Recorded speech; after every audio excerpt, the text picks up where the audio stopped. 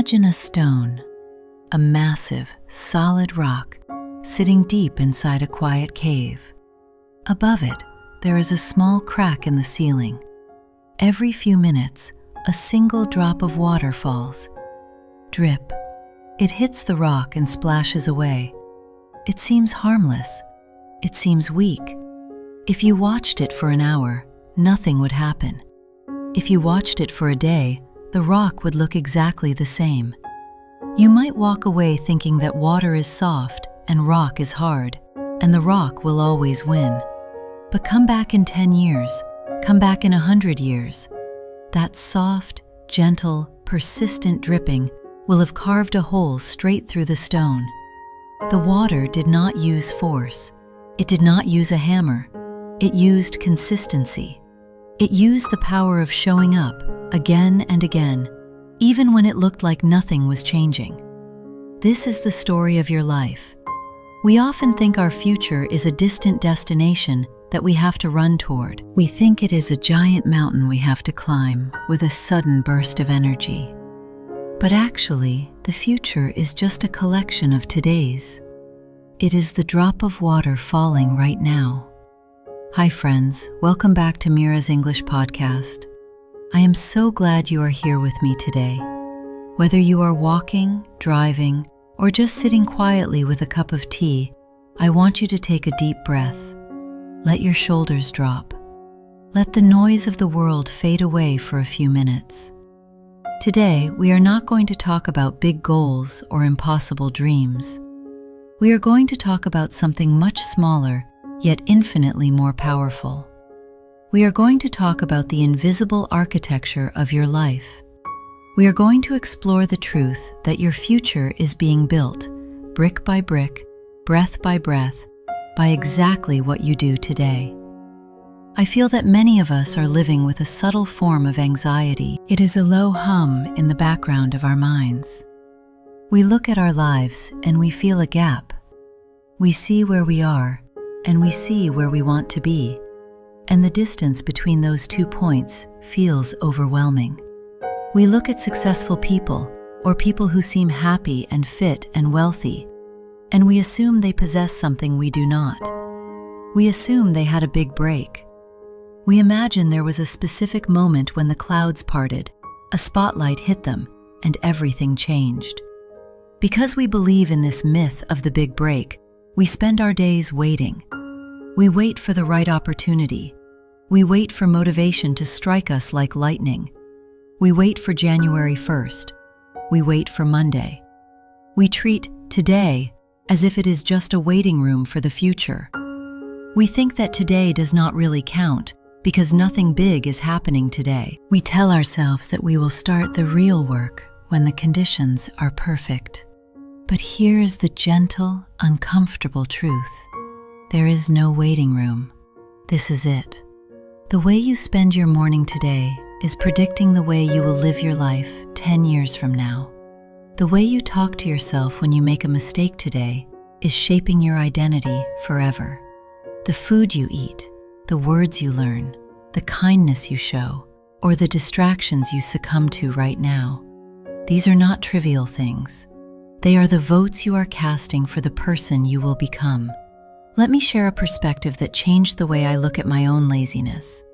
I used to think that if I skipped a day of working on my dreams, I was simply pressing the pause button. I thought that life would just freeze and wait for me to come back. But life does not have a pause button. If you are not building the future you want, you are actively building a future you do not want. Think about a garden. If you do not plant flowers, the garden does not stay empty. Weeds will grow. You do not have to plant weeds. You do not have to water them or take care of them. They grow automatically in the absence of intention. Your bad habits, your fears, and your insecurities are like those weeds. If you do not actively cultivate the things you love today, the things you fear will take over the space. There is a concept in mathematics that explains this perfectly, but we rarely apply it to our emotions. It is the concept of compounding. We usually talk about this with money. If you save $1 today, it earns interest. then the interest earns interest. Over time, that small dollar becomes a fortune. But this law applies to everything. It applies to your health, your relationships, and your knowledge. Let's say you decide to get just 1% better today. 1% is tiny. It is almost invisible. It means reading 5 pages of a book instead of scrolling on your phone. It means doing 10 push-ups. It means learning 3 new English words. If you do that today, nobody will notice. You will not look smarter. You will not look stronger. You will not look richer. It is boring. It is quiet. But if you improve by 1% every single day for a year, mathematically, you will end up 37 times better than when you started. 37 times. That is not just improvement. That is a complete transformation. On the other hand, if you get 1% worse every day, if you choose the easy distraction, if you skip the workout, if you complain instead of creating, you slowly decline down to nearly zero. The tricky part is that both paths feel exactly the same on day 1. On day 1, the person who reads and the person who scrolls look identical. On day 10, they still look almost the same. This is why it is so easy to quit. We are addicted to immediate results. We live in a world of instant gratification. We want to post a picture and get a like instantly. We want to send a message and get a reply instantly. But the things that truly matter in life, deep love, true mastery, lasting health, financial freedom, operate on a different timeline. They operate on the timeline of the stone and the water. They require you to fall in love with boredom. I want to repeat that because it is important. To build a great future, you must fall in love with boredom. You have to find peace in the repetition. You have to find joy in the mundane task of laying one brick after another. There is a story about a famous actor that I think about often. When he was a young boy, his father tore down a brick wall in front of their shop and told him and his brother to rebuild it. It was a massive job. It seemed impossible for 2 young boys. They said it would take forever. The father looked at them and said something profound. He said, "Do not try to build a wall. Do not set out to build the greatest, most impressive wall that has ever been built. Do not even look at the wall." He said, "Just take 1 brick and lay it as perfectly as a brick can be laid. Make sure the mortar is even. Make sure the angle is precise. Do that today, and then do it again tomorrow." For a year and a half, those boys laid bricks. Every single day after school, 1 brick at a time. And eventually, they had a wall. Most of us are trying to build the wall. We wake up and look at the massive goal of becoming fluent in English or becoming financially free, and we feel exhausted before we even get out of bed. The goal is too heavy to carry, so we drop it. We procrastinate. We distract ourselves. But if you wake up and say, "I do not need to build the wall today. I just need to lay this 1 brick perfectly," everything changes. Laying 1 brick might mean listening to this podcast for 15 minutes with full attention. That is it. That is your brick for today. If you do that, you have had a successful day.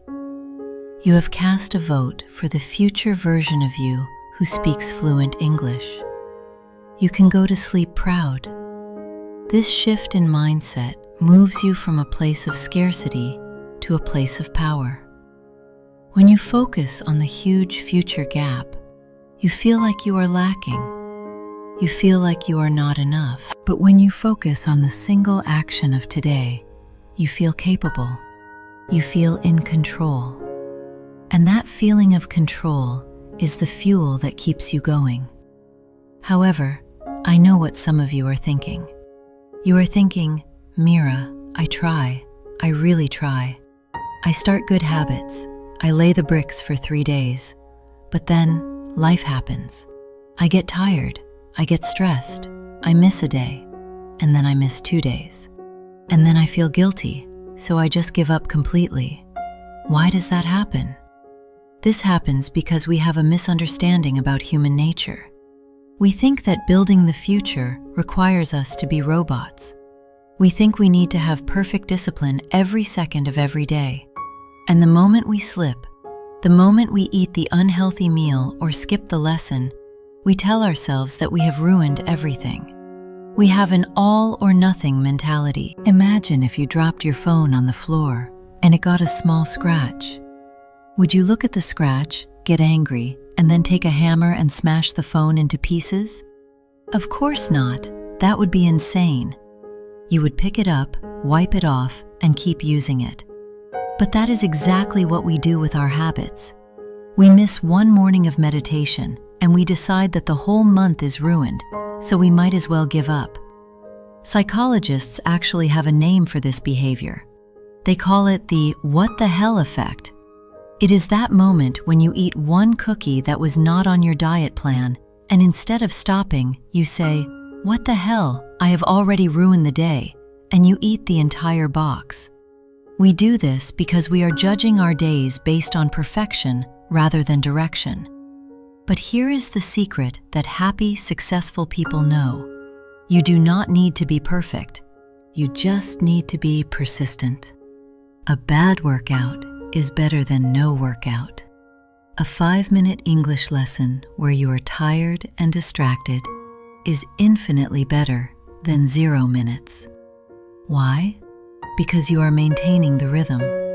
You are proving to yourself that you are the kind of person who shows up no matter what. Let me tell you a story that perfectly illustrates this.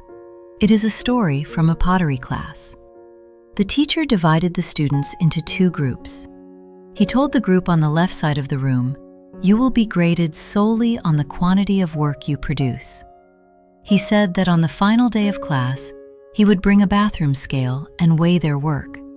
If they produced 50 pounds of pots, they would get an A. If they produced 40 pounds, they would get a B, and so on.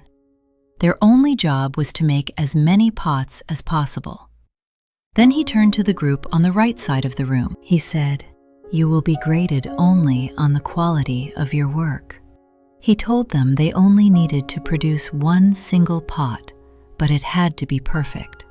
If it was a masterpiece, they would get an A. So the class began. The group on the left started working immediately. They were throwing clay, making mistakes, laughing, and just churning out pots. Some were ugly, some were crooked, but they kept making them. They were getting their hands dirty every single day. The group on the right, the quality group, sat down and started thinking. They strategized. They read books about pottery. They debated the best techniques. They were terrified of making a mistake because they only had one chance to make it perfect. They spent weeks planning the perfect pot. When the grading day finally arrived, a surprising fact emerged. The highest quality pots were all produced by the group that was graded on quantity. Think about that for a moment. The students who were trying to be perfect produced mediocre work. The students who were just trying to do the work produced masterpieces. Why? Because while the quality group was busy theorizing about perfection, the quantity group was busy practicing. They were learning from their mistakes. They were understanding how the clay felt in their hands. By making 100 ugly pots, they eventually learned how to make a beautiful one. This is exactly how we build our future. We spend so much time planning the perfect life. We buy the journals. We watch the motivational videos. We create the perfect schedule. We act like the group on the right. We want our first attempt to be a masterpiece. But your future is not built by your plans. It is built by your messy, imperfect, daily actions. It is built by the 100 ugly pots you make today, and tomorrow, and the next day. So, if you are feeling stuck today, I want to invite you to lower your standards. Yes, you heard me correctly. Lower your standards for the result, but raise your standards for the action. Give yourself permission to do a bad job as long as you do it. Give yourself permission to write a terrible paragraph in English. Give yourself permission to go for a slow, lazy walk. Just do not stop moving. The reason this feels so hard is that we cannot see the progress immediately.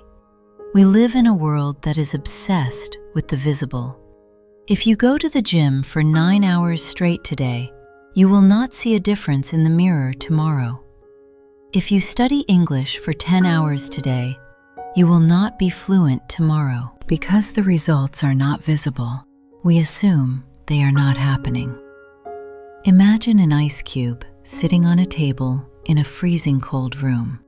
The room is 25 degrees. Slowly, the room begins to warm up. 26 degrees. The ice cube is still there. 27 degrees. Nothing happens. 28, 29, 30, 31. The ice cube still looks exactly the same. It is hard, cold, and solid.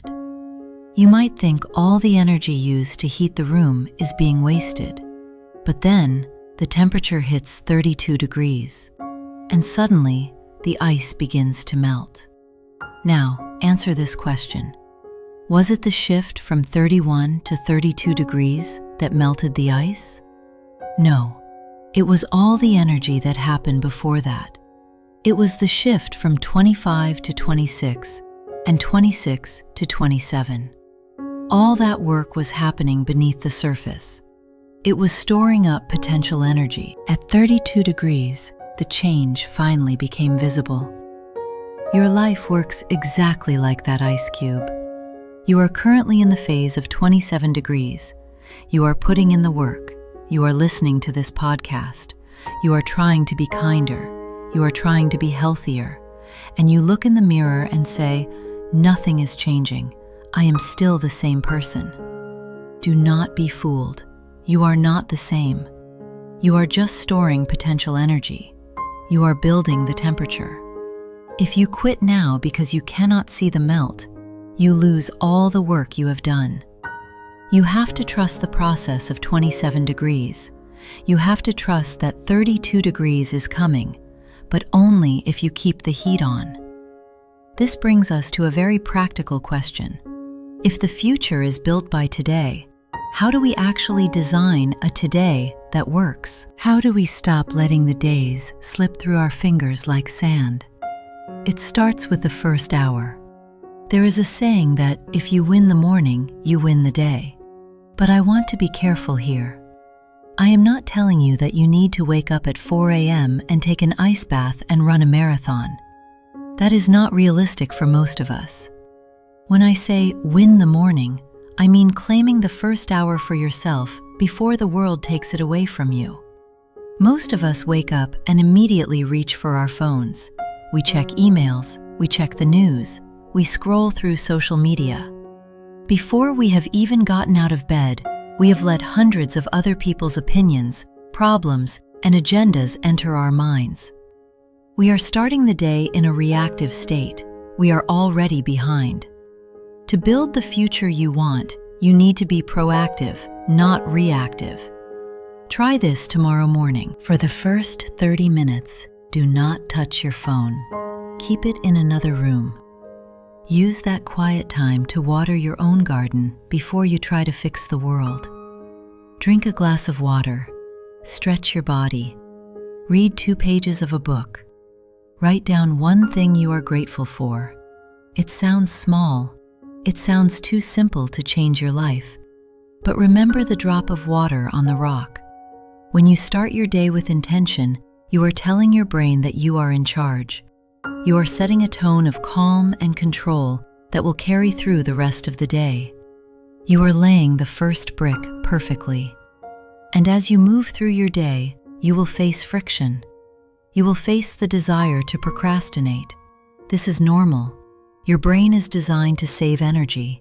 It wants you to choose the easy path. When you feel that resistance, I want you to use a simple tool called the 2-minute rule. The rule is this: if a task takes less than 2 minutes to do it right now. Do not write it down. Do not think about it. Just do it. Wash the dish immediately after eating. Reply to that email. Put your shoes away. But there is a second part to this rule that is even more powerful for your big goals. If you want to start a new habit, it should never take more than 2 minutes to start. Do you want to read more books? Do not tell yourself, I will read for an hour. That is too heavy. Tell yourself, I will read 1 page. That takes 2 minutes. Do you want to do yoga? Do not say, I will do a 30-minute session. Say, I will roll out my yoga mat. The goal is not to finish the task. The goal is to start. Once you start, it is much easier to keep going. The hardest part of going for a run is putting on your shoes. The hardest part of writing is opening the laptop. By making the start easy, so easy that you cannot say no, you trick your brain into building the future. Now that we have talked about how to start, let us talk about how to finish. The way you end your day is just as important as how you begin it. Most of us end our days in a state of exhaustion. We collapse into bed. We scroll through our phones one last time, filling our brains with blue light and information overload right before we try to sleep. We replay all the things we did not get done. We list our failures. We worry about tomorrow. I want to offer you a different way to close your eyes. I call it the compass check. Imagine you are walking through a dense forest.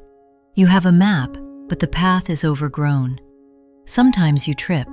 Sometimes you have to take a detour because a tree has fallen. Sometimes you get completely lost.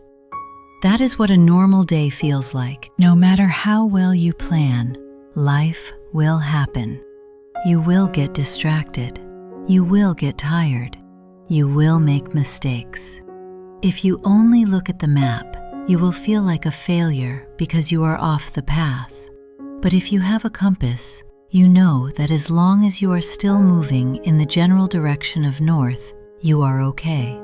Every night, before you go to sleep, take just 1 minute to look at your compass.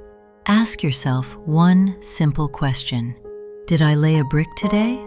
Be careful with this question. I did not ask if you built the whole wall. I did not ask if you were perfect. I asked if you did one small thing that moved you toward the future you want. Did you read that 1 page?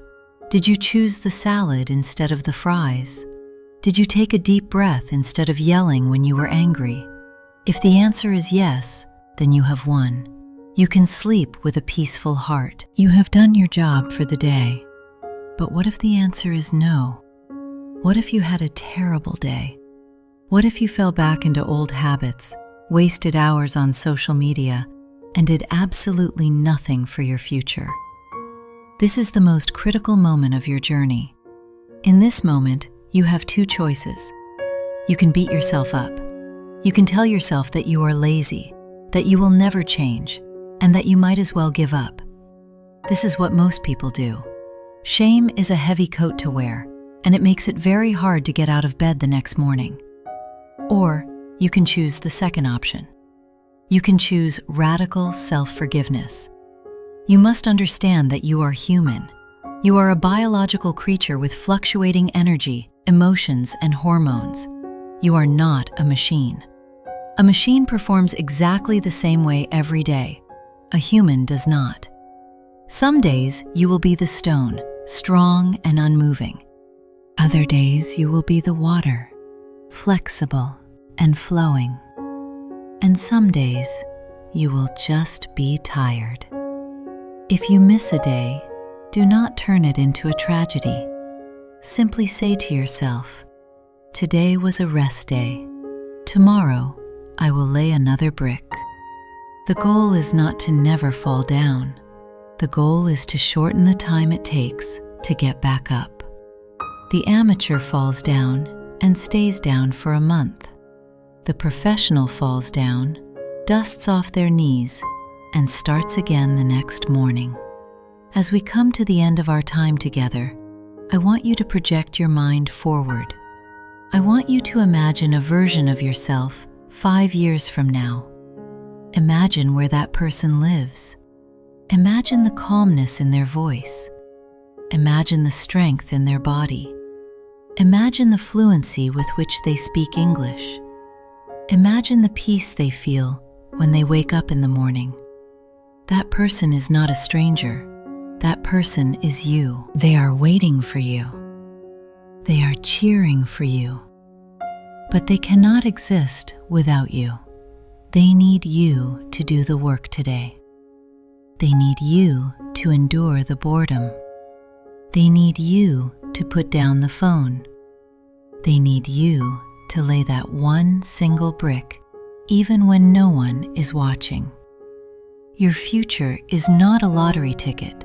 It is a construction project, and you are the architect. You are the builder. You are the only one who can make it happen. Remember the cave we talked about at the beginning? Remember the drop of water? It feels insignificant. It feels slow. It feels like it does not matter. But it is the only thing that matters. Consistency cuts through stone. Patience conquers force. And the small, quiet actions you take after this episode ends will echo through the rest of your life. Thank you for sharing this space with me today. Thank you for caring enough about your future to listen. If this message resonated with you, I would love to hear from you. In the comments, tell me just one small brick you are going to lay today. Just one. Let us build this wall together, one brick at a time.